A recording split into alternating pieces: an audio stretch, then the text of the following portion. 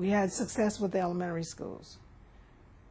The focus in terms of the new system, seemed to be that you'd sort of done a reversal from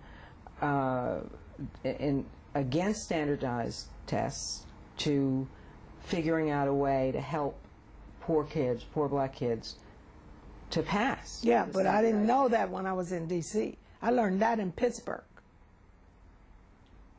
You learned what in Pittsburgh? That you can overcome the cultural obstacles in a standardized test.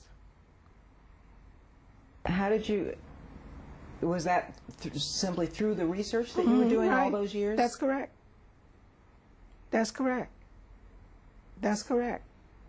You find out, I learned this from Louis Vincent and Doris Brevard. Doris Brevard was the principal at Robert Lee Vann Elementary School in Pittsburgh, and Louis Vincent was the principal of the Beltoover. These were the two highest achieving of the three schools that I studied. This is what they did. They determined what did you need to know to learn how to read. And they taught these children how to read as fast as they could. So most of their children knew how to read by the time they left first grade. That's a tremendous asset. Because what does that mean? They're not behind. It means they're not behind. So I think Mrs. Brevard had something like 91% of her children reading at grade level in grade 2. Hello.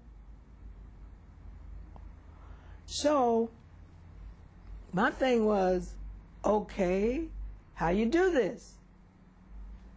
And what I found out was you take as much time as you need to do it. So those kids didn't have music, didn't have art, didn't have physical ed. Teaching them reading all day long till you learn how to read. This is illegal. Oh, you hear me? This is illegal. Explain when you say this is illegal, what do you mean? I mean, the state says you're supposed to teach these little cookies these different subjects.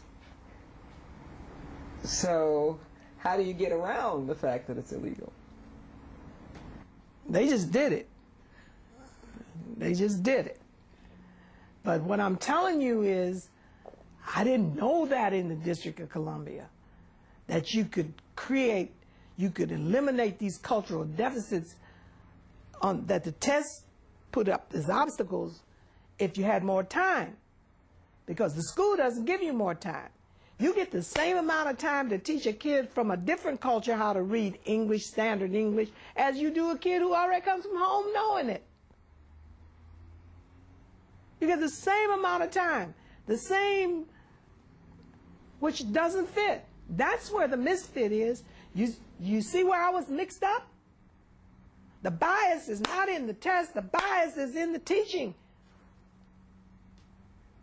And that's what your research showed you. Right. In Pittsburgh. That's correct. And you brought that knowledge and those changes here to Chicago. Yeah, but I couldn't make them change what they were doing. You know, I couldn't make them change, so my principals who were successful, they did the same thing these principals did. They just skirted the rules.